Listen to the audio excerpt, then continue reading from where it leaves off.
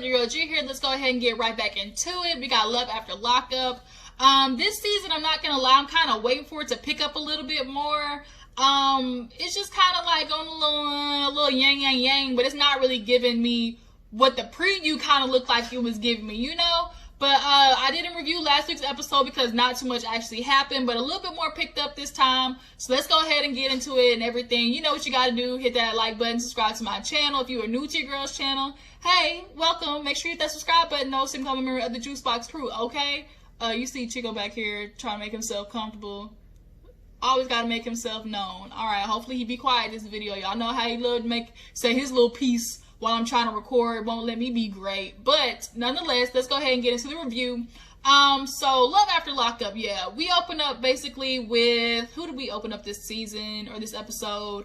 Destinie and Shawn. That's his name, Shawn. So we all know Destinie, y'all, this is not going to work. Polo Shawn, Polo Tink. I don't think he underestimated what Destinie was going to be like. He was expecting he was going to get a woman that was going to come out, become, you know, Miss Sally Walker, you know, cook, clean, and act right. But no, he got completely the opposite.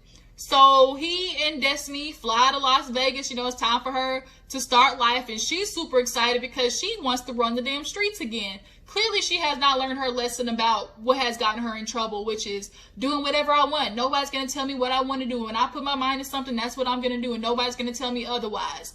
Polo Shawn, he doesn't have the backbone to sit there and tell her, hey, look, I need you to sit your ass down because I'm on the hook for $50,000. Can you at least wait 2 weeks before you decide you want to go out there and get drunk? Because if you get drunk and get arrested, that's my ass, Mr. Postman, okay? So they end up flying there. She's super excited. He brings her to the house. He got a new place because, look, he had a nice little spot. I wasn't mad at it, y'all. It was nice, clean, modern looking. He said he got a promotion at his job. So, you know, he found a nice little spot for her.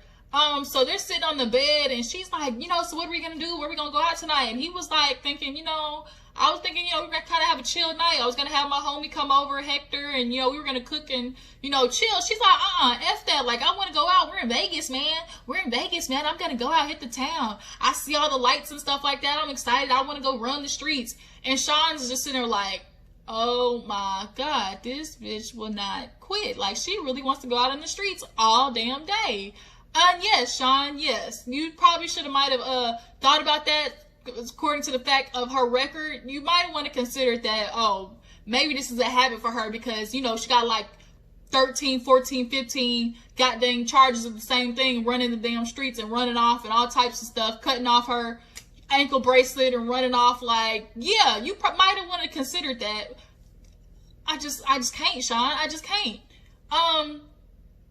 So she's like, no, F that. Like, I'm not staying here. Like, you can stay here, but I'm not staying here at the house. I want to go out. I want to get drunk. I want to party. We're in Vegas, man. We're in Vegas. So he's like, man, okay, like, we'll go out. And she's like, yes, thank you. So the friend Hector comes over, his woman's cute.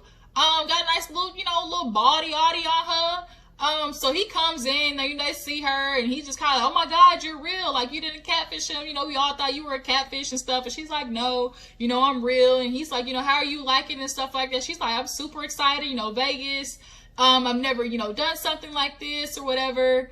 And so then she was like, y'all want a beer? And she hands him a beer, and he cracks it open with his ring. And so she looks at him, and he's like, that's the benefit of being married. She's like, so Shawn, when am I going to get my ring then? And Shawn just over there laughing. And she gets right to it. She's like, look, y'all, I know y'all want to come over and we were supposed to cook and stuff, but I want to go out. Let's go out. We're going to party in Vegas. And Hector and his wife, you could tell on their face was like, oh, shit. Shawn got himself into something that he is not prepared for. So they end up going out and, you know, getting drunk. She got the strongest thing at the bar.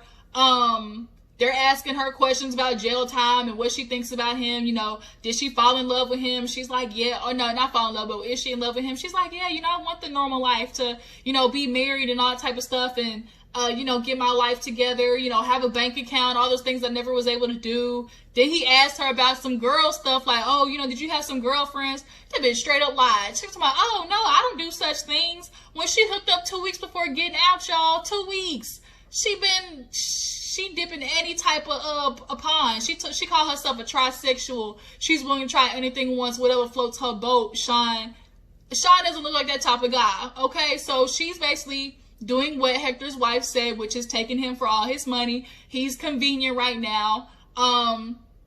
He's taking care of her, and like the wife said, she doesn't think Hector's gonna do anything about it because, one, he doesn't want to be alone. Two, he's already got himself in this far, like he's already committed, so he feels like he's gonna have to keep going and deal with her. And three, he's just a punk. Like, you can tell he just is a pushover. And he's like, oh, I've never dated anyone like Destinie. I'm starting to get a little bit concerned. Yes, Shawn, you should be very, very concerned. Because from the preview, it looked like she talked to some bitch some next episode and was like, oh, don't worry about my boyfriend. So, yes, Shawn, you might want to rethink this situation. And Hector's looking at her like, yeah, my homeboy's looking for Mrs., settle down, and she's looking for Mrs. take me out, let's party and get drunk. Two totally different things. So on next, what's the other girls? Kristiana and not Shawn, John. Kristiana and John, I think his name is. So John takes Kristiana's mama out, Tammy, to go eat, get to know her. He married her daughter, so at some point he's got to find out who his mother-in-law is. So they go sit down and eat, and she's just looking at him like, And she's like, tell me, y'all got married. He's like, yeah. She's like, I heard it was like a Native American thing. He's like, yeah. That's my, my beliefs and stuff like that. And she's like, well, Kristiana is Christian, so how is this going to work? She always envisioned her being married at some type of church. And Kristiana did too. Like, she envisioned a whole type of wedding. But why is John forcing her? If that's his name, right, John? He like forced her into something, and that's not right. I don't like how he did that. And then you put her at jeopardy for your selfish needs because you wanted to hurry up and lock her down because you felt like that was going to make her stay. In this case, you feel like that was basically going to be like your security. Like, you've been married 4 times. Obviously, you keep doing this shit and it's not working. So speaking of that, the mom starts asking questions like, hey, what about you? Like, how long have you and my daughter been talking? He's like, 3 months. 3 months, that's it? And you already trying to get her to marry you? Like, Kristiana was right. Like, let me get out, get my feet wet. Let me get to know you. Move in first. Like, let's actually see if this is going to work. So she's like, have you been married before? He's like, yeah, 4 times. And she's like, what?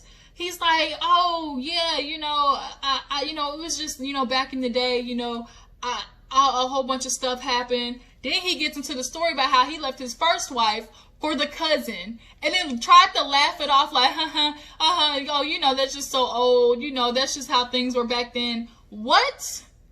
You left your first wife for her cousin, dude, her cousin. And then I think he said he married the cousin. You gotta be shitting me. Like, that is not what, John, something is wrong with you. Something is really wrong with you. And now the mom's sitting there looking like, oh my God, like, he's not the man for my daughter. Like, he's not going to be the one to keep her out of trouble. And he's like, she's like, well, why do you feel like it's going to be different with Kristiana? He feels like because they have this connection about being, criminals and, lawbreakers, that's supposed to keep them, from having a relationship that's, doomed to fail.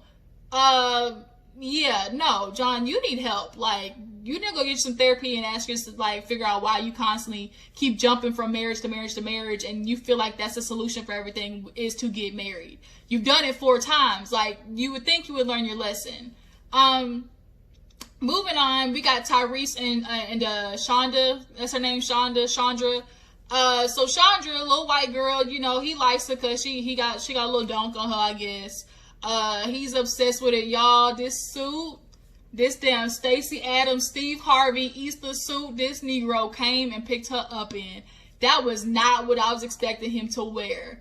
He ends up going up to the jail, but they dropped her off another way. He got to meet her at the bus stop. Here he come walking in with some flowers and this big ass blue, when I saw him, I immediately thought of Willy Wonka. When the thing was like, Violet, you're turning violet. And he just turned all types of blue, looking like a blueberry. She sees him, and you could tell her eyes were kind of like, okay, hey, Tyreese.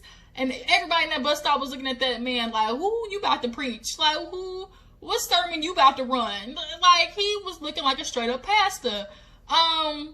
So he hugs her all happy, like, oh, you out. Oh, baby, you look so fine. You could tell the girls, you know, did her up before she left. You know, gave her some braids, curled her hair. That way she gonna look good for her man when she got out. He gives her clothes. She goes in there and changes, puts on the jacket was cute, though. I ain't gonna lie, y'all. That jacket was cute. And she comes out. He's like, oh, yeah, baby, dang, you look so fine. Let me see that ass. Like, that's all he worried about. He's like, oh, you know, I thought we would have had time, you know, to do some things. You know, I wanted to do her. Why is that everybody's first thing when they get out? Like, I get it. Y'all been building up stuff, but can they at least get a good shower first? Can they bathe first? Can, you know, all of those things happen when they get that nasty gel stench off of them before you decide you want to, you know, go down on somebody or try to, you know, blow somebody's back out? Like, they're dirty. Like, they need to get cleaned. So she's in the car with him. He's taking her to go get something to eat real quick before she has to report to her bus. She's like, you know, you came a little bit overdressed. He's like, for real? She's like, yeah, babe. Like, look at me and look at you. But nonetheless, they're in the car talking about how life's going to be for her now. She's never really had support. She's been on her own since like 16, on drugs, like dealing with everything. And, you know, she wants to do differently this time. She doesn't want to be a loser, as she said, her whole life. So they go get something to eat. She's sitting there eating dessert. He's like, oh, you ain't gonna wait for your food? She's like, no, you know, dessert always can come first. We know what that means. But Tyreese is basically telling her, like, he's gonna be there for her. You know, if she needs anything, you know, let him know. Going to this halfway house, she's nervous because there's just as much drugs there or they are in prison, and she's got to stay clean because she doesn't want to ruin anything. And, you know, that little picture that Tyreese sent to her jail, she said, oh, everybody in the jail was like, oh, girl, you done caught you one. But y'all, look, the catch is Chandra was talking to multiple people. And when they asked her, were you talking to people still while you were with him? She didn't want to answer. But she did admit that she had been using other people, you know, while she was in jail, talking to like 8 or 9 dudes. I get that, paying, get money on your books or whatever and stuff like that. But once you know, committed to Tyreese, girl, you're supposed to cut all them dudes off. And she didn't do that, clearly. So I wonder how he's gonna feel about that when he sees that back. But yes, they end up leaving. He's gonna drop her off at the bus stop. Moving on, we have, who else? Oh, Chevelle and Kweilyn. So they, you know, had a good old time last night doing Mr. Nasty Time. Mr. Nasty Time, Mr. Nasty Time. All of that, okay? He had a good old fun night. He looking like, oh yeah, we only did it once. No, I'm lying. We did it like 3 times. I guess he had enough stamina. He was blowing that bike out all night. And she even talked about, like, oh my God, when Quaylon did what he did last night, he did some things. And I was like, girl, you was about to get digmatized and stuck in this relationship that is not good for you. And I do have high hopes for Quaylon because you can see it in him that he wants to do good. The only problem is doing good is so hard when you get out of prison because you got a record, and that's going to be so hard to find a job. And when you can't find a job, people go back to what they know. It's a system. It's a trap. So they end up leaving, going on the way home or whatever. She's excited, and, you know, he's ready to start his life, and he decided to go home with Shavel. Shavel ends up pulling up. Her daughter's there. Maila is so freaking cute. He brings her like a little fish and a bear and stuff like that. The mom's there too. He comes out, hugs her. She like, why you smell like that? Girl, he just got out of prison. That's why. He smell like straight up jail. Smells like straight up butt ass, okay? Budussy.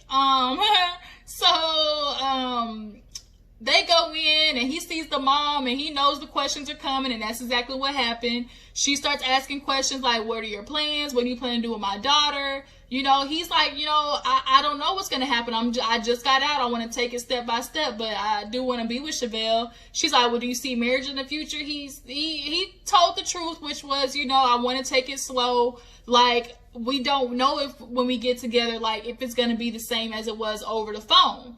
Well, Shavel kind of was looking like, huh? because when he was in prison, he told her that he was trying to marry her within 3 months of getting out. So she's saying, oh, you know, I want to build a life with him, and I really see it. And, you know, my daughter's warming up to him and growing to love him. You know, that's her dad. And that shit pisses me off. Y'all don't understand how much that pisses me off. Females dragging these men into their children's life, and you got her calling him daddy. And you don't even know if that relationship is going to work. Like, I feel like people do that to try to make the situation more real, more valid, more legit, but the only person you're hurting doing that is your kid. And the mom said it, like, if you don't work out, like, that's not just her that's going to be hurt. Maila's now, like, that's a growth in a relationship that's going to be broken because you couldn't wait, god dang, 6, 8, 9 months to see if this stuff with Quaylon was going to work. Like, she ain't got to call him daddy. She can call him Mr. Quaylon, okay? She can call him Mr. Quaylon until that time comes where it's legit and she feels comfortable calling him, hey, stepdad, dad, whatever you want to call it, pops. Like, that, I just can't stand when women do that. But now she's talking about, oh, I expect him to propose in 6 months. How do you suppose he's going to do that? He has no money. He has no job. What's he going to propose with? A ring pop? Girl, Chevelle is being super selfish right now because now you're telling him to propose, but you don't even know where y'all's life is going. Like, girl, ooh, Chevelle, you're gonna piss me off doing that stuff. Last but not least, let's get into Jessica and Maurice. Y'all, let's not sit here and play no games. Maurice low-key fine. Like, he a problem, okay? He a problem. And Jessica, you gonna have a problem because now y'all stuck here in Compton, a place you're not used to, and you sitting here causing hell and hot water fit. You know, they go out to eat or whatever. Like, she's concerned because, you know, he's gonna be in Compton and she doesn't want to be there. She doesn't want to be at Pookie and them house with badass kids running around all day. She wants to be in Vegas where her family is and where her bed and her house is. And he wants the same thing, but he can't break parole. So she's like, I don't want to miss you. I don't want to be without you. Girl, you have to. If you don't want to be around there, then take your ass home and let him stay where he is, where he's comfortable. Yes, it's in Compton, but that is better of a chance than him breaking his parole and going to Vegas, y'all dumb asses. So what killed me though was when they were sitting down, she's like, why didn't you ask for the supervisor? You could have asked for the supervisor. He's like, girl, chill out, one. She's like, no, just listen to me. Like, you could have asked for somebody. White people shit. That's a typical white person answer. Who's the boss? Who's the manager? Like, you can tell you are in way over your head. You with a nigga from Compton. He told you exactly right. What were they going to do? The papers are filed and they have to process. They can't rush the processing time. She really said, why didn't you ask for a supervisor and a probation office? They don't give a damn about those people. Oh my gosh. Like, she really has no idea because she's wrapped in her old blonde hair white woman bubble that she's not understanding. He's from Compton where they do not give a dang about you and they're waiting for you to mess up, and you're being selfish to the extent of, okay, if you don't want to stay, now you should have told him, no, you stay, I'm going to go back to Vegas by myself, because now if he does get caught, he's gone for life. You couldn't wait 30, 60 days to make it work, girl. So he's like, man, the things you do for love. She's like, what do you mean? He said, well, I'm going to break parole. I'm going to leave. And so here they are driving to Vegas. She's damn near about to have a conniption on the road because if he gets busted, that's it. He's already got 2 strikes. 1, 2, 3, you're out. Baseball style. And I hope that doesn't happen. But girl, like, you should have told him to stay. You should have gotten that car and left with that man. Like, no, girl. 4 hours, and then if you're parole, they do random searches. They do random pop-ups. So, what's going to happen? What's the excuse going to be when he's sitting there at the house and he shows up, like, where he from? Because you can't cross state lines. Like, girl, Jessica, I really am so mad that you did that. And, like, her whiteness, her privilege is starting to come out. And she just, I'm uncomfortable. I can't be here around everybody. Like, this is what you signed up for. Should have went and got you goddamn Timothy from Wall Street and not Maurice from goddamn Compton, okay? But yeah, that was the episode, you guys. Tell me what you thought about it. Tell me what you feel about these couples. Who's gonna last? Who do you think is going to combust immediately? Yeah, let's go ahead and we got another review to get into, so I'm gonna go ahead and get into that. once I'm done posting this video. But I appreciate you for tuning in. Make sure to like this video, subscribe to my channel, and I'll catch you guys in the next video. Deuces.